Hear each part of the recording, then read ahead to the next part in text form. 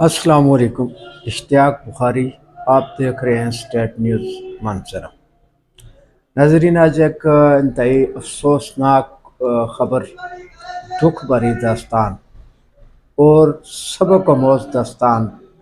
کے ساتھ میں آپ کی خدمت میں حاضر ہوں۔ واقعہ کچھ یوں ہے کہ یونین کونسل دلولہ کی ایک ولیج کونسل ہے جس کا گاؤں کا نام جو ہے وہ ڈوگریاں ہے، اور ڈوگریاں کے جو محلہ ہے اس کا نام کھولیاں ہے۔ اس مقام پر جو بڑا اندوناک واقعہ پیش آیا کہ شارٹ سرکٹ کی وجہ سے ایک مکان کو آگ لگی اور اس پہ کنٹرول نہیں ہو سکا تو دوسرے مکان کو، پھر اسی طرح کرتے کرتے پوری ایک آبادی ہے جس کے تقریباً 10 سے 12 گھر ہیں، اور وہ سب آگ کی لپیٹ میں آ چکے تھے۔ اور یونین کونسل دلولہ بھوئی، یہ جو لوکیشنز ہیں، اس کے جو بھی علاقے ہیں مضافاتی، یہاں پہ سڑکیں تنگ ہیں، پہاڑی علاقے ہیں، جیپ کے راستے ہیں، تو وہاں سے 15 یا 1122 یا کوئی بھی میونسپل کارپوریشن جو ہے وہاں ریسکیو آپریشن جو ہے ان کے لیے ممکن نہیں تھا۔ تو یوں وہاں حالات اس قسم کے پیدا ہوئے کہ وہ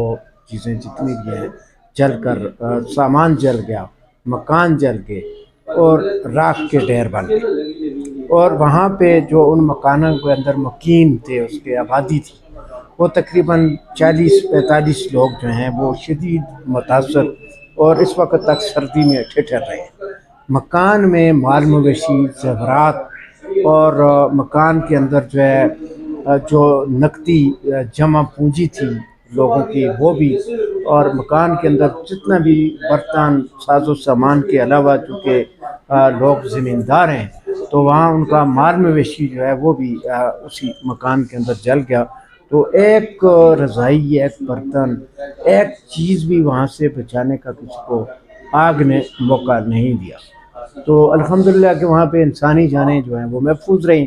تو وہاں پہ ابھی تک جو اس آپریشن کے اندر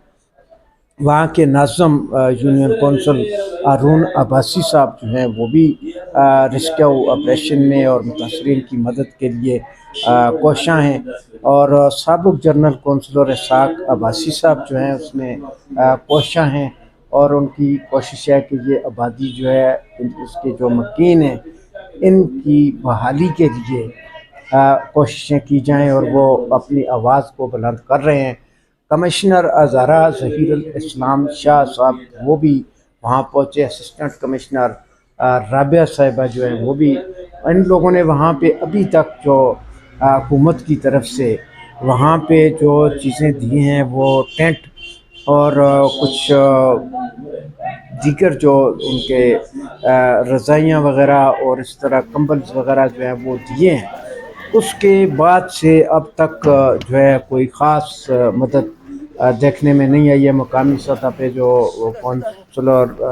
اپنے اسحاق عباسی صاحب، ہارون عباسی صاحب جو ناظم ہیں، یہ سب کوشاں ہیں۔ تو چاہیے یہ کہ اس وقت آگامی بنیادوں پہ یہاں پہ آپریشن کیا جائے اور ان لوگوں کا علاج معالجہ،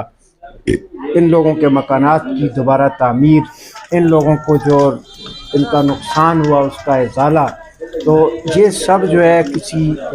ایک فرد کے بس کا کام نہیں ہے۔ تو وہاں کے لوگ جتنے بھی ڈسٹرکٹ کے ڈویژن کے اندر، ملک کے اندر مخیر حضرات ہیں، ان تک آواز پہنچ رہی ہے، تو وہ اس بستی کا وزٹ کریں، یہاں کے لوگوں کے جو تکلیف ہیں اس کو دیکھیں، یہاں کی سڑکوں کو دیکھیں۔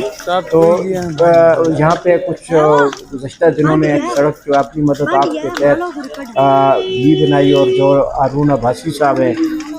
ناظم، انہوں نے 15 لاکھ روپے کی لاگت سے ایک سڑک کی صفائی بھی کی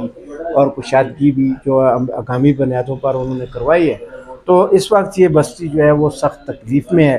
لوگ جو ہیں وہ کھلے آسمان تلے اس شدید سردی کا موسم میں وہ پڑے ہوئے ہیں اور ہمارے مدد کے منتظر ہیں۔ اللہ تعالیٰ ہم سب کو یہ توفیق دے کہ ہم اپنے اپنے حصے کا فرض ادا کریں اور ان متاثرین تک پہنچ کر ہم ان کی مدد کر سکیں۔ تو بڑی این جی اوز ہیں، این جی اوز جو ہیں وہ صرف سوشل میڈیا تک ہی اپنے آپ کو محدود نہ کریں، بلکہ یہاں پہ عملی طور پر پہنچ کر ان لوگوں کی مدد کرنے کا وقت ہے۔ اسی طرح ادارے جو ہیں وہ بھی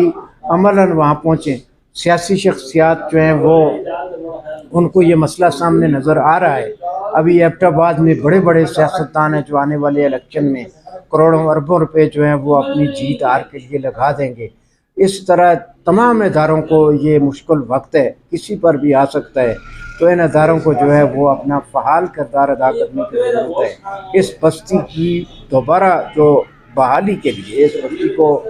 جو ہے ان کے مکانات کی تعمیر کے لیے،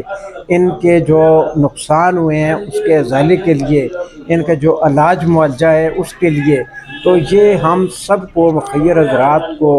چاہیے، اداروں کو چاہیے کہ وہ اس